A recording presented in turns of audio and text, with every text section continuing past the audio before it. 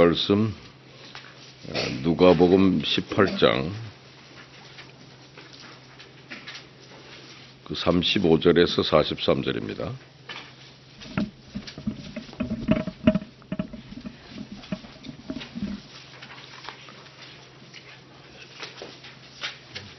교독하겠습니다. 여리고에 가까이 가셨을 때에 한 맹인이 길가에 앉아 구걸하다가 그들이 나사렛 예수께서 지나가신다 하니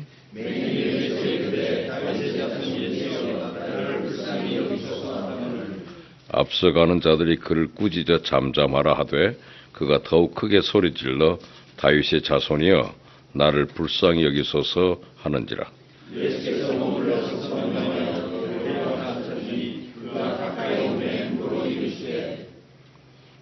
내게 무엇을 하여 주길 원하느냐 이르되 주여 보기를 원하나이다.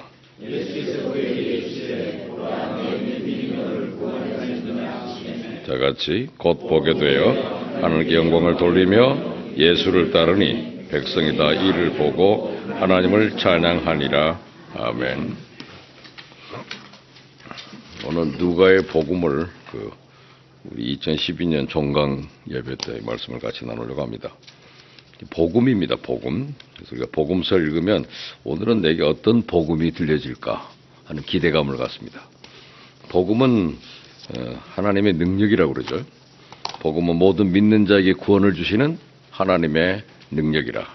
그래서 우리 나는 복음을 부끄러워하지 않는다 그랬습니다. 누가의 복음입니다. 오늘 18장 35, 43절 말씀에서 제목이 주보에는 뭐라고 자꾸 이응 하나가 빠졌죠. 그죠? 그 이응 하나 빠진 게 얼마나 우리를 긴장하게 합니까? 현사유지가 뭐냐? 괜히 고민을 하게 만들었습니다. 현상유지는 위험하다 그런 겁니다. 현상유지. 요새 기업을 경영하면서 현상유지만 한다면 잘한다 그러는데 현상유지가 위험이다 그러니 좀 긴장되지 않습니까? 백조가 편안하게 가는 것 같아도 그 밑에는 계속 발질을 하고 있기 때문에 겉은 편안해 보이는 거죠. 현상유지를 하는 건데 현상유지하기 위해서도 발버둥을 치고 있는 건데 현상유지는 위험이라니. 기독교는 원래 현상유지의 종교가 아닙니다. 현실 안주는 성경적 인생이 아닙니다. 성경은 현상유지를 강하게 거부합니다. 인생의 변화와 도전을 추구합니다. 이 본문에 현상유지를 거부하고 인생을 또 새롭게 도전해갈 한 인물이 등장합니다. 그의 오늘 이름은 여기 밝혀지지 않았어요. 다른 복음서에는 그분의 실명이 나와 있습니다. 알고 계십니까? 누군지? 바디메오라는 사람이죠. 여기서는 누가는 그걸 일부러 밝히려고 하지 않습니다. 맹인 거지라는 데 초점을 뒀습니다. 맹인인데 거지입니다. 큰 여리고가 굉장히 발달된 도시고 많은 유통량이 있는 곳이기 때문에 세금을 많이 거둘 수 있어서 거기 세무서장이 배치되어 있는, 그래서 이 본문 바로 뒤에 19장에 보면 삭개오라고 하는 분이 세무서장이 등장을 하죠. 근데 광장 길가에 이제 자리를 잘 잡고 구걸하고 있습니다. 구걸하는 것도 자리가 좋아야 돼. 목이 좋아야 됩니다. 구걸하고 있고 맹인이니까 운명적으로 거기서 구걸하고 살 수밖에 없죠. 근데 그 사람이 호기심을 가졌네요. 길가에 웅성거리는 소리가 납니다. 무슨 일이냐고 주변 사람이 물었더니 나사렛 예수라는 거예요. 그때 소경 거지가 갑자기 크게 그 이름을 부르면서 최근에 우리나라 영화 작품 이름 삐에따가 나를 불쌍히 여기소서입니다. 삐에따를 크게 외쳤습니다. 그래서 지금 세계적인 작품이 되지 않았습니까? 삐에따. 우리의 기도는 사실 길게 할 필요도 없습니다. 나를 불쌍히 여기소서. 그것이 최고의 기도입니다. 그분의 이름이 나사렛에서 오셨으니까 나사렛 예수여 나를 불쌍히 여기소서고 외쳤습니다. 그의 간절한 부르짖음이 있는데 주변에 같이 있던 주변에 예수를 따라가는 사람들은 뭐라고 그랬습니까? 영어 성경에 보십시오. 영어의 39절에 그 길을 이끄는 사람들은 rebuked him, 그를 꾸짖고 and told him to be quiet. be quiet 뭡니까? 닥쳐 그 말이죠. 그랬더니 그 사람이 조용해졌다 그러지 않고 뭐라고 돼 있어요? He shouted all the more. 더 소리를 질렀다는 거죠. 그죠? 그게 매력적인 것입니다. 여러분 기도하다가 응답이 없다고 포기해버리는 게 아니에요. 기도한다고 되나? 그러면 또 기도해야 됩니다. 기독교는 언제나 또의 종교예요. 또 순위가 좋습니다. 기도하다가 응답이 안 된다고요? 또 기도하세요. 또 도전하는 것입니다. 그래서 그 he shouted all the more 이게 참 중요한 말입니다. 크게 더 소리를 들었어요. 뭐라고요? 예수여 삐했다. 삐했다를 또 외친 겁니다. 그랬더니 예수님이 관심을 끌었습니다. 예수님이 가다가 길을 멈추셨어요. 그리고 명령했습니다. 그 사람 to be brought to him 데려오라고. 그때 그가 그에 가까이 왔을 때 예수님이 그에게 질문을 했습니다. 뭐라고 그랬나요? 그러니까 이 사람의 그 외침 속에는 뭐가 담겨있냐? 믿음과 정열이 담겨 있습니다. 우리가 사업도 초심으로 하고 열심으로 하고 그 다음에 뭐요? 뒷심으로 해야 됩니다. 근데 되게 뒷심 없어도 무너진 사람들이 많아요. 한참 하다 근데 이 사람은 믿음과 정열이 넘쳐요. 그런데 그런 사람들에 대하여 주변에는 상당 언제나 그 장애물이 많습니다. 아, 조용해 시끄러. 그러고 그만해. 그런데 이분은 아까 all the more 더 굉장히 매력적인 부분이에요. 좀 더 기도해야 됩니다. 기도하다가 응답이 없다고요? 조금 더 하세요. 5분만 더 하세요. 기도를 하다가 금방 일어나 버린 경우들이 많아요. 조금 더 할 수 있는 자세가 필요합니다. 우리 주님은 기도할 때 조금 더 나아가서 기도했다 그래서요. 조금 더 나아가서. 모아가 참 중요한 단어예요. 얼마 전에 일본에서 제가 조금 더 나아가서 기도했다 그랬더니 그 옆에서 통역하는 목사님이 모아줬도 그러더만요. 모아줬다. 좀 강하게 아주 조금 더 그러더만요. 조금 더 나아가야 됩니다. 그럴 때 우리 주님께서 그에게 질문해서 41절에 그렇죠? 너한테 뭐 해주기를 원하냐? 어떤 분은 CEO가 그러시더만요. 나 이 음성 한번 들어보고 싶다고. 자기가 할 말 많대요 지금. 내가 너한테 뭐 해줬으면 좋겠냐? 주님과의 만남에서 이 말을 듣는다는 건 굉장한 축복입니다. 너 뭐 해줄까? What do you want me to do for you? 주여 돈 좀 한 푼 더 주십시오가 아니에요. 이 사람은 굉장히 중요한 도전입니다. 그러다가 무시하고 거지니까 할 수 없이 얻어먹고 살았는데 여기서 우리 주님의 요구에 질문 앞에 과감하게 그리스도께서는요 우리가 원하는 걸 알고 계시지만은 반드시 우리에게서 우리의 소원을 알려고 하십니다. 뭘 필요로 하는지 알지만 내가 너한테 뭐 해줬으면 좋겠냐고 물으셔요. 적어도 나한테 부탁은 해야 될 것 아니냐. 에스겔의 예언에 있더라고요. 여러분 기도 안 해도 하나님 다 알아서 해주겠지. 천만의 말씀. 주님은 꼭 물어보십니다. 그래서 이 질문 앞에 그가 하나님의 자비를 구하는 사람인데 뭘 구하고 있습니까? 주여 보기를 원합니다. 이거 특별한 꼭 요약했다가 탁 한마디 이거 굉장히 중요한 일이죠. 보기를 원한다. 그리스도의 용기를 돋구는 언약의 말씀이 그에게 주어지고 있습니다. 믿음이 담긴 그 기도에 하는 평안한 대답을 얻고 존귀한 응답을 받았습니다. 즉석에서 receive your sight. 너는 보게 된다. Your faith, 네 믿음이 has healed you. has healed you는 현재 완료입니다.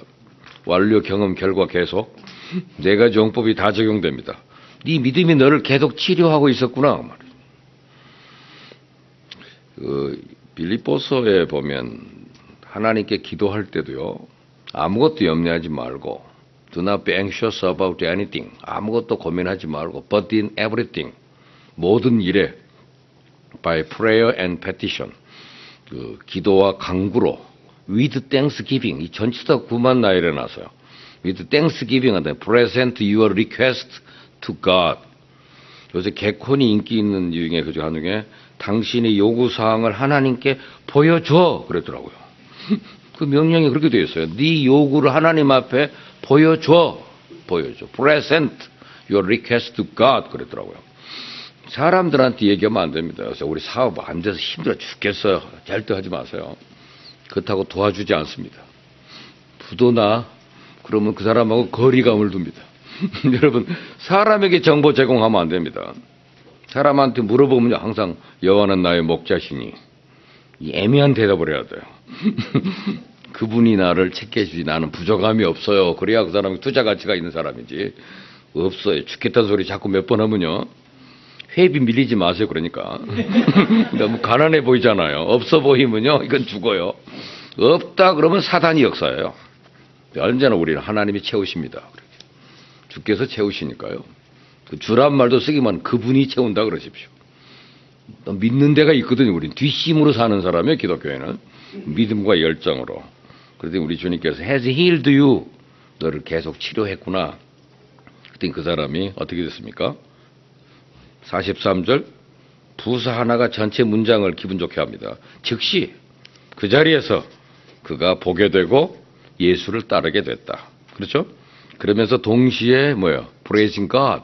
하나님을 찬양하면서 그래서 모든 사람이 그를 보자 그들도 역시 하나님을 찬양했다 하는 것이 이 메시지의 컨클루전입니다.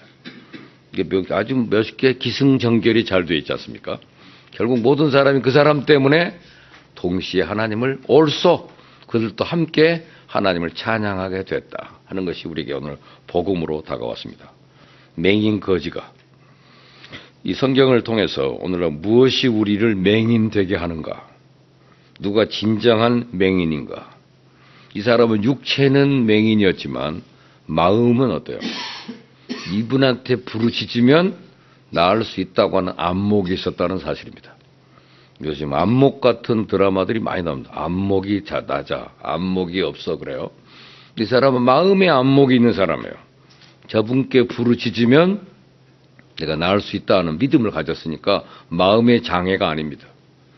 근데 그 사람이 고침을 받기 위해서 외치고 있는데 옆에서 시끄러, 그만해, 조용해. 이 사람들은 육체의 맹인은 아니지만 마음이 닫혀있는 사람들이라는 것을 같이 보면서 어쩌면 우리의 모습이 마음의 맹인이 아닌가 하는 것을 살펴볼 수 있기 때문에 이 본문이 다양성을 갖고 있습니다. 그분에게 구하면 자신의 병이 깨끗이 나을 거라고 하는 안목. 그래서 우리 주님이 Your faith has healed you 그런 거예요.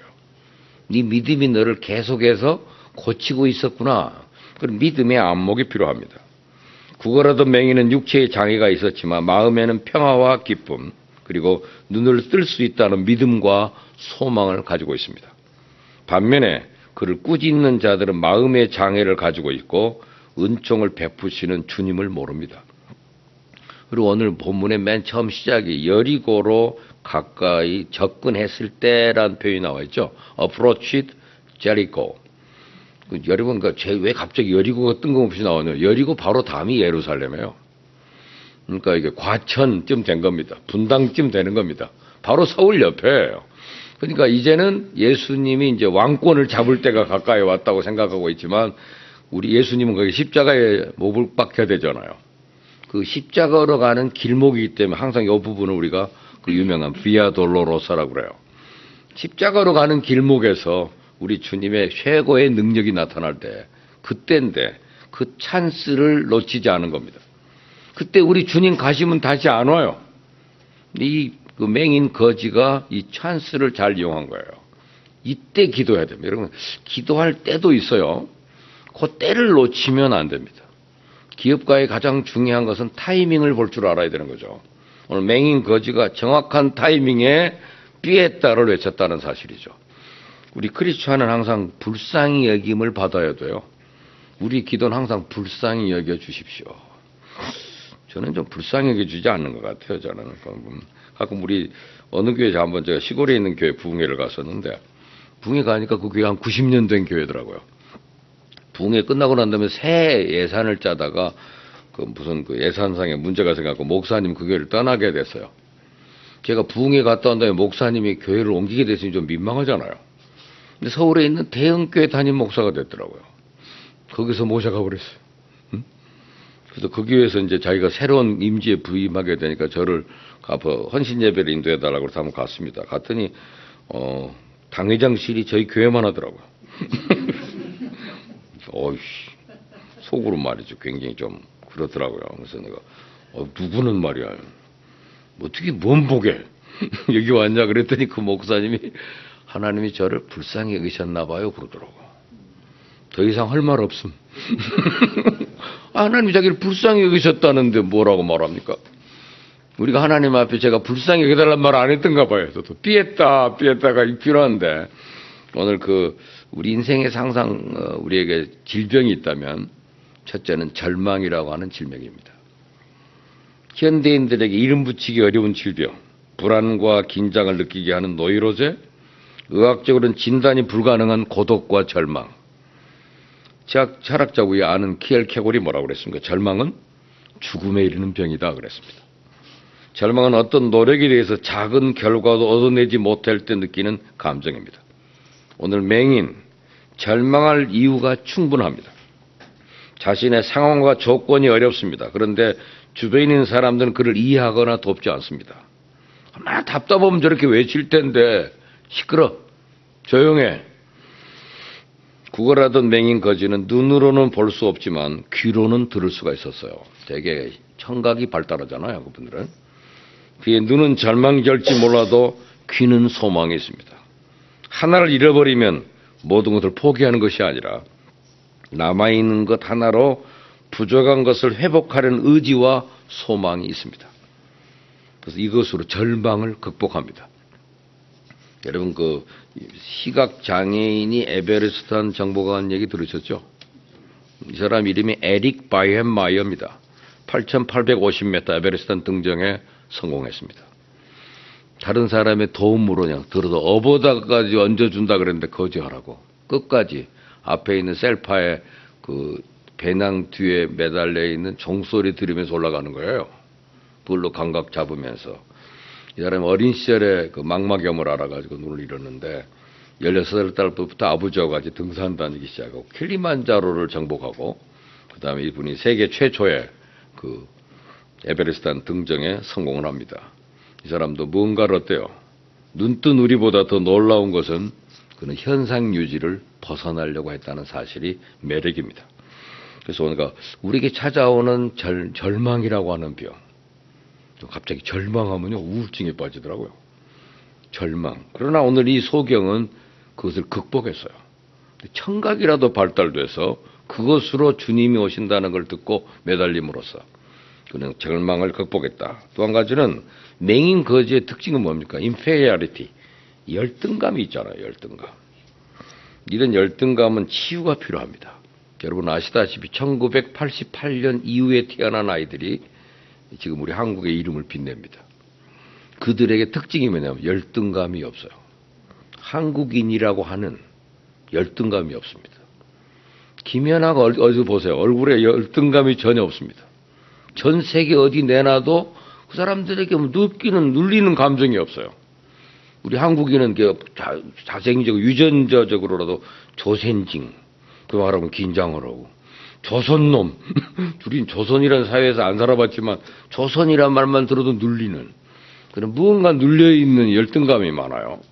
근데 1988년 이후는 우리 새로운 인종입니다, 진짜. 저희 교수들도 1988년 이후에 태어난 아이들 가리키는 법, 교육공학자들이 와서 강의해요.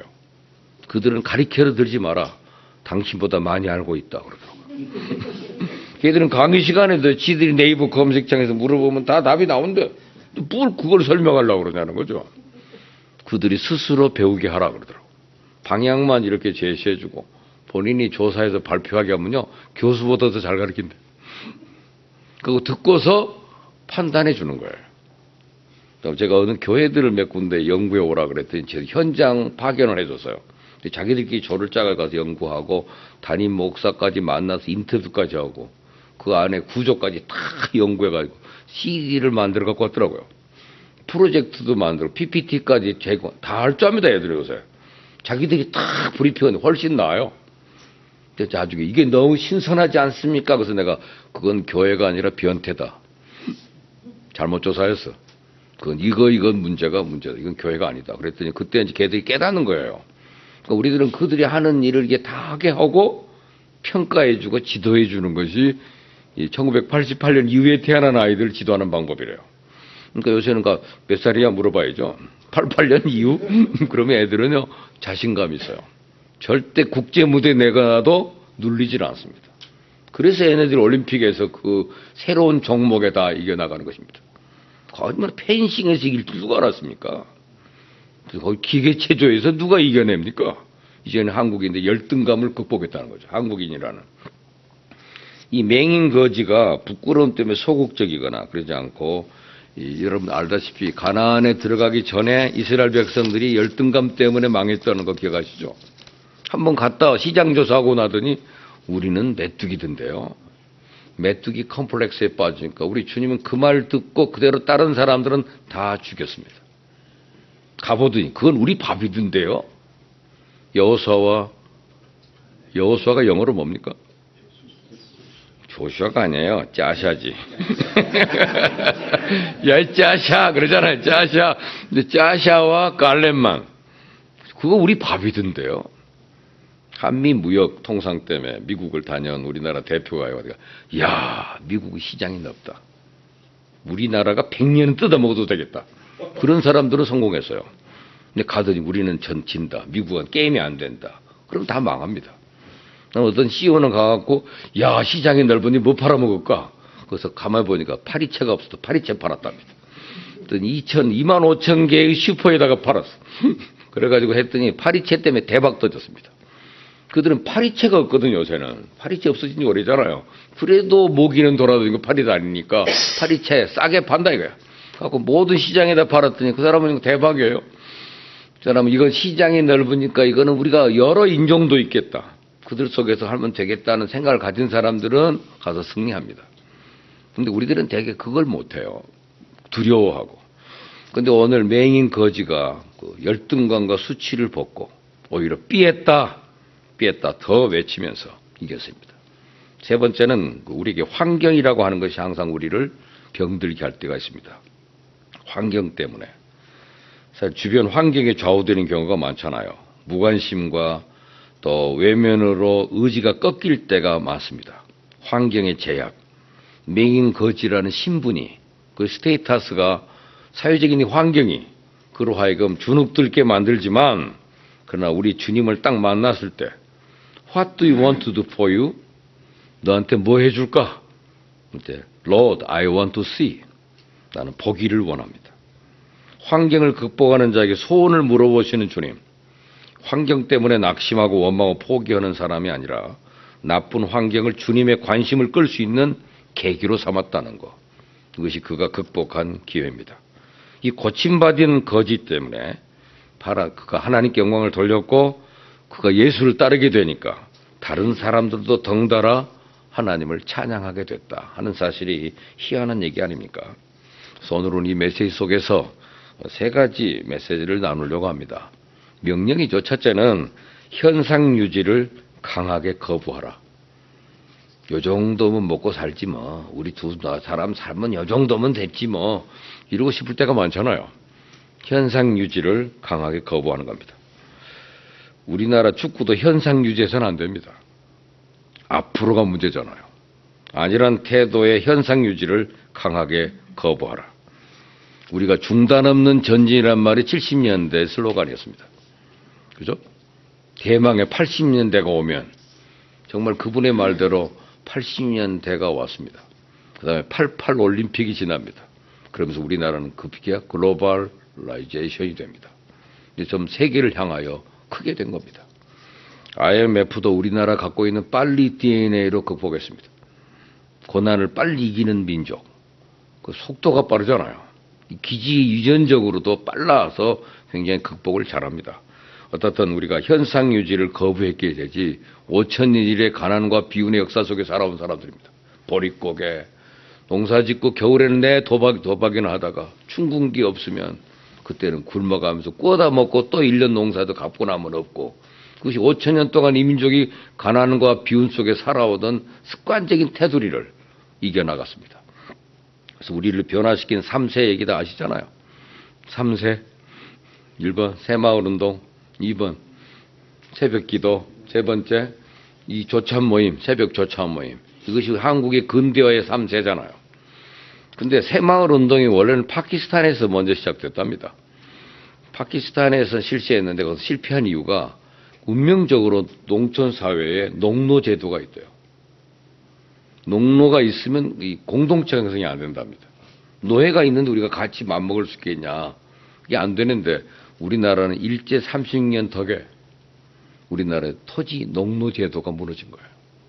토지제, 지주제가 없어져 버리고 바뀌어서 우리나라가 그 일본 덕, 그것도 덕이라고 볼 수는 없겠지만은 일본에게 당하는 사이에 지주제도가 없어진 거예요. 그래서 농노제도가 없어졌기 때문에 농촌 사회가 공동체가 가능하다는 겁니다.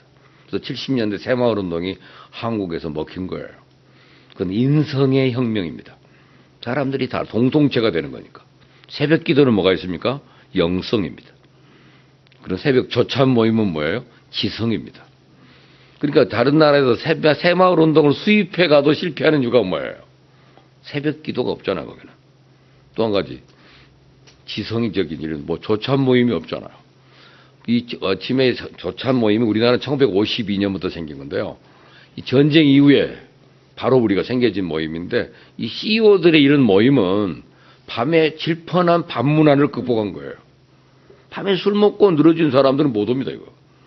회원들이 가끔 안 나올 때는 분명히 술 먹은 거예요, 이거는. 다른 거 없습니다. 그건 뭐 다른, 이게 조찬을 다니는 분들은 그걸 극복한 사람만이 오는 것입니다. 일찌감치 뉴스 보고. 다 그렇기 때문에 살아가는 사람 모이면 정보를 제공해주고, 서로 격려하고, 아이템을 개발하게 해주고. 그렇기 때문에 아침에 기업인들이 살아난 거예요. 이것이 우리 민족을 살릴 수 있는 기회가, 그것이 우리 민족이 현상 유지의 그 상황을 강하게 거부했다. 그래서 우리도 잘 살 수 있다. 이거 하나가 우리 민족을 이렇게 바꾼 것이잖아요. 여러분, 송명희 시인 아시잖아요. 의사 잘못이라고도 하던데, 태아의 뇌를 집게로 잘못 건드려가지고, 손해가 손상돼서 평생 뇌성마비로 살아가는 사람. 가난해요, 또, 거기가. 7살 때까지 꼼짝 못하면 누워 지냈고, 집이 가난하니까 치료 방법도 없고, 10년 지나서 17살 때 가서야 비로소 자기 손으로 숟가락을 처음 들었다는데, 죽더라도 하나님을 만나자고, 죽자고 기도를 했답니다. 그랬더니 기도의 응답을 받았어요. 나를 믿으라. 네가 믿지 않으면 죽으리라. 내가 너를 버리지 않으리라. 그 사건 이후 이 여인의 인생이 바뀝니다. 그녀에게 하나님은 시라고 하는 선물을 줬어요. 이 여인의 시가 극동방송에 소개되고 대표적인 시 나라고 하는 시가 최덕 시인이 곡을 붙여서 노래를 합니다. 나 가진 재물 없으나 그 노래가요 전 세계인의 마음을 움직입니다. 이제 송명희 시인이라고 아무래도 송명희 여사라고 부르죠. 결혼도 했어요. 그게 생애가 달라졌습니다. 현실 안주를 거부했습니다. 누워있던 인생이 날아다닙니다. 그래서 비행기 타고 각 나라 집회 다니니까. 병상 인생이 뛰는 인생이 됐습니다. 의미 없는 인생이 이웃에게 도전을 주는 인생이 됐습니다. 그러니까 현상 유지를 강하게 거부했다. 두 번째는 그냥 되는 게 아니라 하나님을 신뢰함으로 현상 유지를 벗어나야 됩니다. 믿는 데가 있어야 되잖아요. 믿는 데. 믿을 데가 없으니까 사람들이 무너지더라고요. 우상숭배 사회에서 이게 불가능합니다. 현상 유지를 거부하려면 용기가 있어야 되잖아요. 더 나은 미래를 바라보고 현상 유지를 거부하기 위해서 하나님이 나를 책임지신다는 확신. 그래서 우리 예수 믿는 사람 주책이란 말을 좋아하잖아요. 주책입니다. 주님이 책임지십시오. 그 말이죠. 응? 주님이 책임지는 게 주책이에요? 그런 확신과 용기와 담대한 믿음이 있어야 됩니다. 어저께 저희 총장이 그 종강협에 설교하는데 자기도 나와서 용감한 녀석들 얘기를 하더라고요. 응? 용감한 녀석들. 자기는 그거 볼 때마다 힘이 막 생긴데 그 개그 콘서트 때 그게 그렇게 좋대요. 한숨 대신 함성으로. 그 다음에 걱정 대신 열정으로. 포기보다는 죽기 살기로. 그런 용감한 녀석들. 성경에 보면 수없이 많은 사람들이 용감한 녀석들입니다. 이런, 갑자기 이런 상황이 생길 때가 있습니다. 해외에 나가 있는 동창 목사인데 이분이 갑자기 이제 생각이 난 모양이죠. 미안합니다. 어떻든 그 죽기 살기로가 그 굉장히 매력적인데 걔네들이 별말을 다 하지만 사람들이 굉장히 힘을 주는 거죠. 빌립보 감옥에 갇혀 있던 사람이 늘씬하게 맞고 완전히 그냥 끝난 줄 알았는데 한밤중에 일어나 찬양하는 거예요. 낮에는 주의 인자하심을, 밤에는 찬송케 하시는 하나님을. 그들이 찬송하니까. 근데 그 지진이 났잖아요. 그 용감한 녀석들이죠. 성경은 모든 사람들이 되게 용감한 녀석들 얘기로 가득 차 있습니다. 내 앞길 멀고 험해도 나 주님만 따라가리. 속으로 뭐라 그래? 용감한 녀석들. 숨 질 때 되도록 늘 찬송하면서 주께 더 나가기를 원합니다. 이 찬송가의 가사 한 말도 전부 다 용기예요. 믿음과 용기를 가진 사람들입니다. 그것으로 우리가 하나님을 믿고 나아가는 거죠. 미국의 역사적인 농구 선수 중에 행크 루이스 에티가 있습니다. 그 루이스 에티가 농구 선수로 활약할 때 절묘한 슛 동작이 관중들의 탄성을 자아냅니다. 근데 루이스 에티가 등장할 무렵 거의 모든 농구 코치가 두 손으로 하는 슛만을 고집하고 이게 정규 FM 교과서예요. 두 손으로 항상 슛을 해야 됩니다. 그런데 루이스 에티가 한 손으로 하는 점프슛을 고안했어요. 다른 코치들은 다 비능률적이라고 반대했는데 그 사람의 담당 코치만 한번 해봐라. try. 개발하라 그랬답니다. 그래서 그 농구의 새로운 장이 열립니다. 한 점 슛 성공으로 3점입니다. 새로운 점프슛이 등장을 하게 된 거죠. 수많은 사람들이 그 현상 유지를 거부할 땐 비난과 조소가 있었습니다. 실패에 대한 두려움도 있습니다. 그러나 하나님을 신뢰하고 현실 안주를 거부하며 인생을 도전하는 자들에게는 하나님의 놀라운 역사가 기다리고 있습니다. 이 맹인 거지가 현실 유지를 거부하고 인생을 도전할 때 보는 인생으로 변화됐던 것처럼 우리도 누굴 믿고 있잖아요. 하나님을 의지하고 현실 안부를 거부하고 앞으로 나가야 우리도 놀라운 인생으로 바꿔준다는 사실입니다. 마지막은 그 현상 변화를 통해서 현상 유지를 벗어나라 그랬습니다. 여러분 변화합니다. 변화. 너희는 이 세대를 본받지 말고 do not conform. 본받는다 말은 conform입니다. 같아진다는 거예요. 동일해진 것 하지 말고 오직 마음을 새롭게 함으로 뭐요? transform. 변화를 받으라 그랬어요. 변화. 날마다 우린 변화가 필요합니다. 새 언어로. 그렇지 않으면요, 자기가 나이가 들면 벌써 연식이 오래돼갖고 목소리도 다 까랑고요. 소리가 안 나와요, 이제는. 옛날 마이크 소리 나옵니다, 이제는. 더디해져요. 날마다 새롭게 변화하지 않으면 안 돼요. 그래서 변화를 요구합니다. 유명한 앤소니 멜로 박사가 내가 청년 시절에는 세계를 변화시켜달라고 기도했대요. 중년이 되어서는 내 이웃을 변화시켜 주소서 그렇답니다. 70이 된 오늘 난 오직 하나님의 나를 변화시켜 주옵소서라고 기도합니다. 그랬습니다. 변화는 쉬운 일이 아닙니다. 끊임없이 변화를 시도해야 돼요. 아직도 옛날 전화기 가지고 전화기만 가지고 사용합니까? 저는 이거 가지고요 모든 인터넷 검색 다 하잖아요. 100가지 이상 사용해요. 이걸로 가서 나오면 요새 NIV 영어로 그냥 잘 나옵니다. 전철에서 들으면요 아주 빠른 속도인데 이제 잘 들려요. 성경이기 때문에 아주 구체적인 언어도 되고요. 아까 또 스피커만 하나 연결해 놓으면 좋은 소리가 나오잖아요. 여기는 이제 흘러간 팝송부터 시작해서 한 3,000곡 들어있습니다. 어제는 어느 모임에 가서 배호의 안개 속에 가버린 사랑을 들었어요. 나훈아의 그 물레방아 도는 데도 나오고 언제나 들으면 나옵니다. 가끔 우리도 뽕짝이 듣고 싶을 때도 있다고요. 그죠? 제가 이 노래들은 그 비기독교적이니까 안 하려고 그랬는데 제가 미국 풀러 신학교에서 공부할 때 학생회관에 가니까 그들이 프라우드 메리 듣고 놀더라고요. 그 칸츄리송 노래방 기계 놓고 다 신학교에서도 하는데 우리는 왜 그렇게 안 하나? 저도 상당히 도전적이에요. 보니까 신학교에서 유명한 컨츄리송들이 다 나오는데 우리는 왜 못 부른가 말이죠. 우리 한국인이 좋아하는 노래들 부르야 영이 맑아요. 호주에 있던 제 친구가 영어만 한다고 영어 마을에 외국인들하고만 가서 공부를 하고 지냈는데 우울증이 걸린 거예요. 또 나중에 병원에 갔더니 의사가 지금 제일 하고 싶은 말이 뭐냐 해서 한국말 하고 싶다고 그랬대요. 한국말 하고 싶다니까 그러니까 한국인 교회가 하라고 그러더라고요.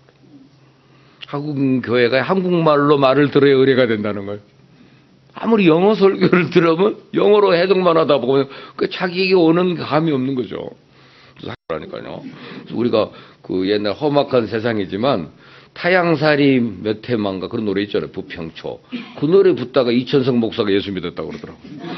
여기는 그 찬송가 듣다가 아니라 타양살이 몇 해만가 정말 내가 왜 이렇게 사나. 그 삶에 대한 새로운 방향을 바꾼 거니까 변합니다. 우리는 막 맨날 정해져 있는 카테고리 속에서 안 돼, 정죄만 하고 그러다 보면 우울증이 걸리는 거죠. 그래서 우리가 마음껏 부를 수 있는 현상 유지를 벗어나야 됩니다. 그래서 변화를 통해 오스카 와일드의 단편에 이런 게 있습니다.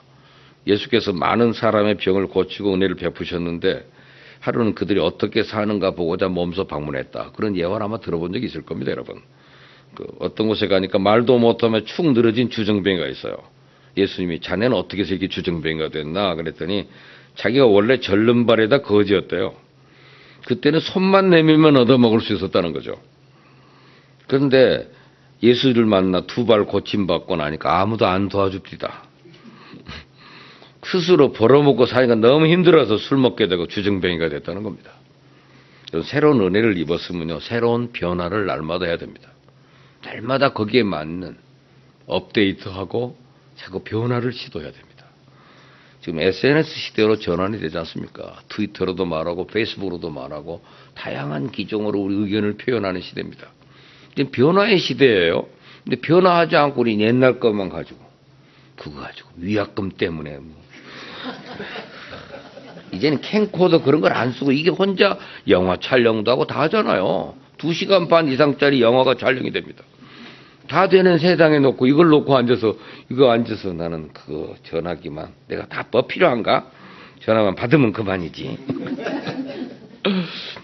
제 형님이 그러더라고요. 자기 친구한테서 뭐 누가 갑자기 모르는 문자가 왔다는 거야. 누군지를 모르잖아, 이름을. 그래서 그 문자를 해봤더니 그 아들이 받더라는 거예요. 우리 아버지가 보내달라고 그래서 보냈다는 거예요.